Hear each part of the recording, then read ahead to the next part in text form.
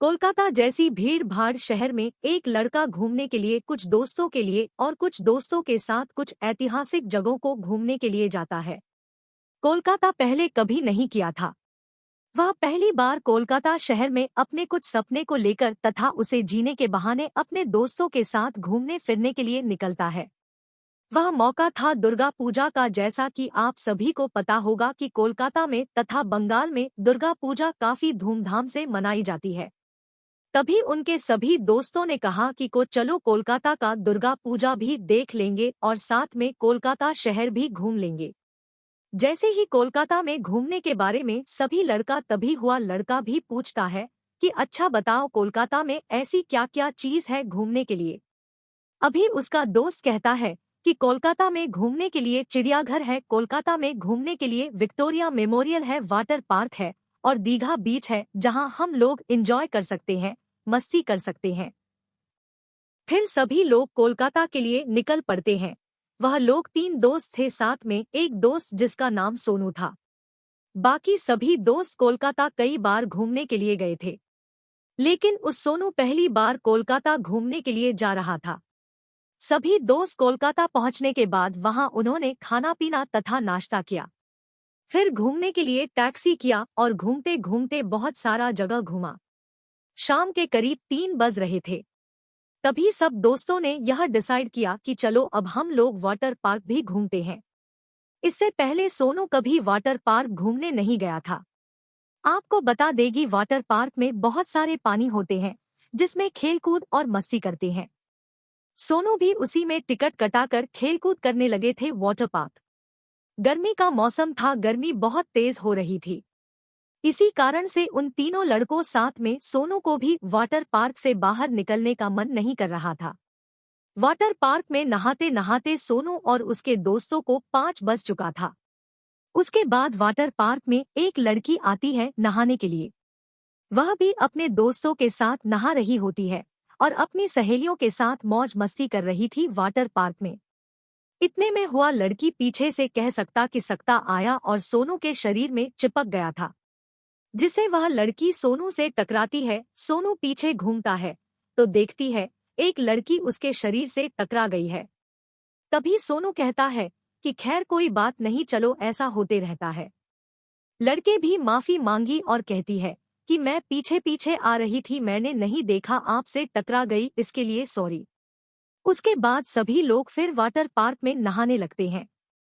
लड़के भी और उनके दोस्तों के साथ सभी नहावा कर बाहर निकल जाते हैं। जैसे ही सोनू और उसके दोस्त बाहर निकलते हैं वैसे वही लड़की लोग भी बाहर निकलती है। अब सोनू और उससे दोनों से मुलाकात होती है। वह लड़की कहती है कि मैं आपसे टकरा गई थी, उसके लिए मैं गलती मानती हूँ। कभी सोनू करता है ऐसी कोई बात नहीं, मैं तो उस दुर्घटना को कब का भूल चुका हूँ। तभी वह लड़की कहती है एक ही अच्छा है, कोई बात नहीं, मैं अब तो बिहार जा रही हूँ, क्या आप यहीं के रहने वाले हैं? कभी सोनू कहता है कि नहीं, मेरा भी घर यहाँ से काफी दूर है, मैं भी रात की ट्रेन से घर जाने वाला हूँ। दोनों में अच्छी खासी बातचीत होती है। दोनों वहां से टैक्सी लेते हैं सभी दोस्तों के साथ और वह लोग फिर हावड़ा स्टेशन पहुंच जाते हैं घर जाने के लिए। जैसे ही सभी लोग हवाई स्टेशन में पहुंचते हैं सभी लोग टिकट खरीदने के लिए इधर उधर चले जाते हैं।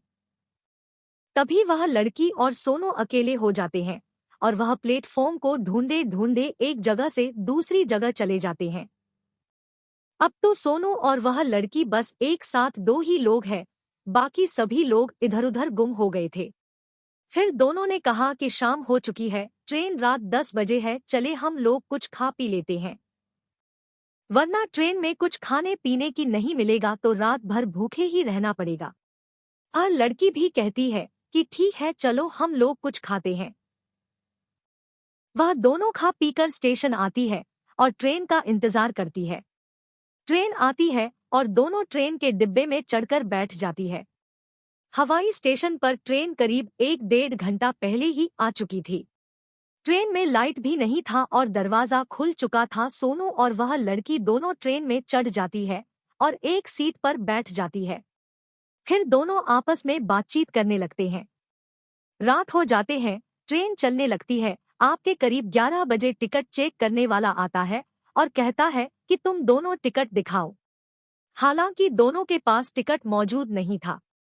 उसके बाद सोनू टिकट चेक करने वालों को कहता है कि मेरे पास टिकट नहीं है, ऐसा कीजिए आप मेरा एक टिकट बना दीजिए और एक इनका टिकट भी बना दीजिए।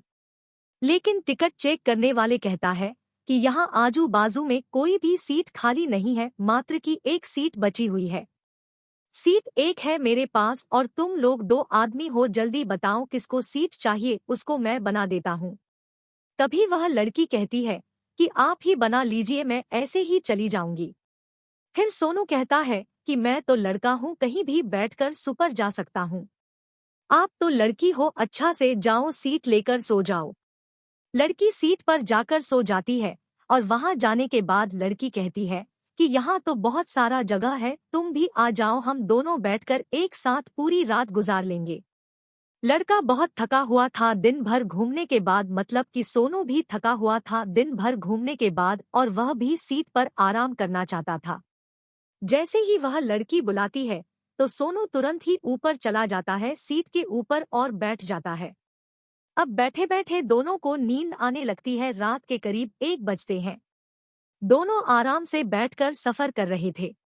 तभी वह लड़की कहती है कि सीट तो बहुत ज्यादा खाली है, तुम एक साइड सर कर सो जाओ, दूसरे सेट सर करके मैं सो जाती हूँ।